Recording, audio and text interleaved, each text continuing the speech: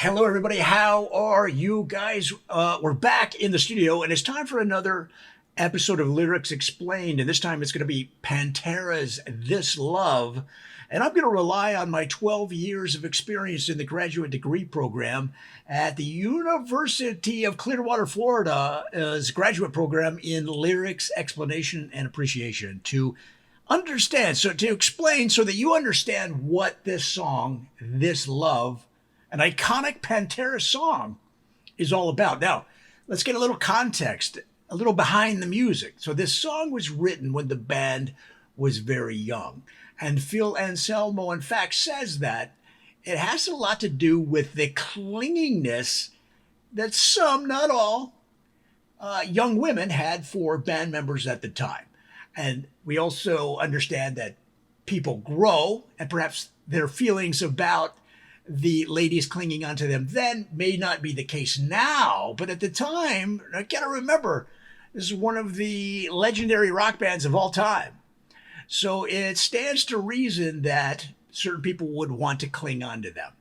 And so in the lyrics, to explain the lyrics of the song, we have to understand that basic fact. And then the metaphors that they use in the song to get across that communication. So in this case, to give a clear picture of the clinging that they were experiencing as band members. Now, they could have been groupies, they could have been people that wanted a relationship, we don't know. But nonetheless, they were attaching themselves too much emotionally that was not returned by the band members at that time. Now, remember, they were young men in an iconic or soon to be iconic rock band. Okay, so they probably, or it's likely, it's not hard to believe that they wouldn't want to be attached at that time, and that's what he's communicating in the song. Now, the metaphor that he uses is dryer sheets, because dryer sheets, you have to understand the way they work. Okay, when they bounce around in the laundry, when you put a dryer sheet in the dryer, what it's happening is it's spreading little bits of fabric softener are released during the tumbling of the drying. And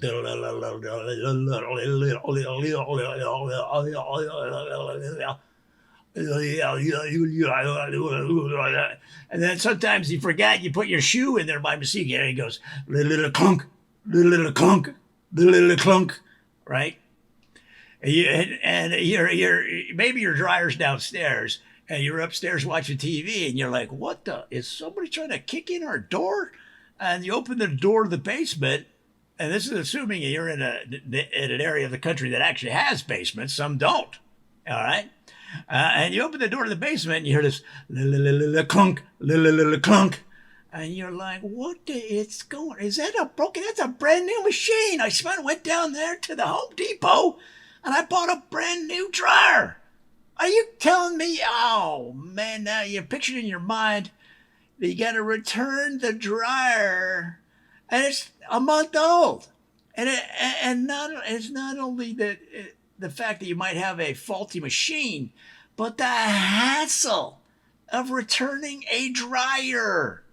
It's not a box of nails that you bought the wrong size. Okay, now you got to strap it to a dolly, put it back, or you got to take time away from work, so have the worker guy come down and put it on a dolly and strap it in and pick it up and then pull it up the steps in the basement.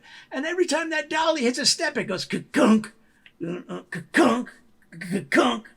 And you're like, you can just picture in your head, right? You just like, oh my Lord.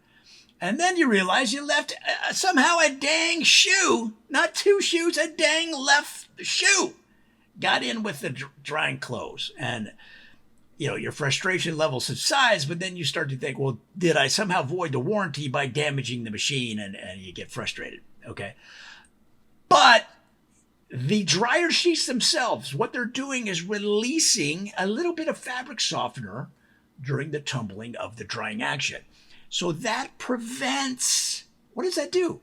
Well, it makes the clothes softer, for one thing, but it prevents clinging. And that's why he talks about dryer sheets in this song. It's just the most amazing connection. And because, look, I don't know about you, but have you ever walked in front of somebody that you're going to lunch with. This is back before the all the restaurants were closed. Let's say you're walking into a bar or restaurant, okay, after picking up your friend or they picked you up and you're joining each other for a good refreshment, a cool brew, a Diet Coke, and some hamburgers, and maybe you'll get those onion rings. And depending where you're going, you might get breadsticks, you might get pasta. It doesn't matter. But you go in first to the place of business.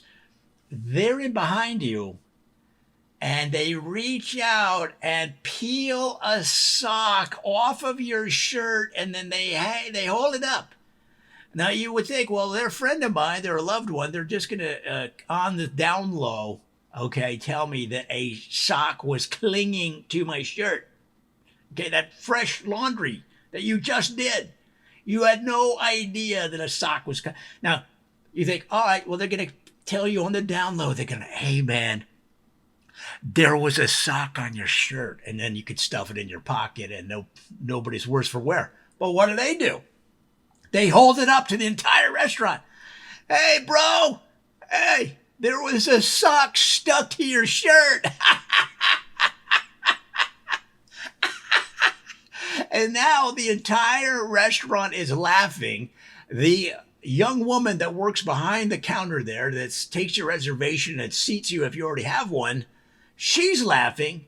Because she's laughing, the rest of the wait staff is laughing, the bus staff is laughing, and you can even see into the office at the back of the restaurant. You can see in the window, and the manager's back there laughing. Everybody's laughing at you, okay? Because you got a dang sock stuck to your shirt. But it tells you the emotional, and look, that's what having loved ones is all about, is them cracking on each other, all right? So that comes with the territory. But it also shows the emotions. At the time, you're somewhat mortified. And you're maybe a little sheepish, and you're trying to grab the sock, and they pull the sock back, right? But it shows the emotions connected to clinging. In this case, static clinging. And that's why Phil Anselmo uses dryer sheets as the metaphor for this amazing song, This Love by Pantera. Guys, that's it. And I encourage you to pull up the lyrics when you're listening to the song, maybe on your computer, maybe on your phone, to get that deeper appreciation of what it's all about. And just like a painting from France in the late 1800s, and it helps to know the context of which the painting was made, why they painted this particular scene and how, is the same thing here. Now you've got a better understanding of how the song was created, which would help you enjoy it even more. I hope that helps. Come on back. We got lots more.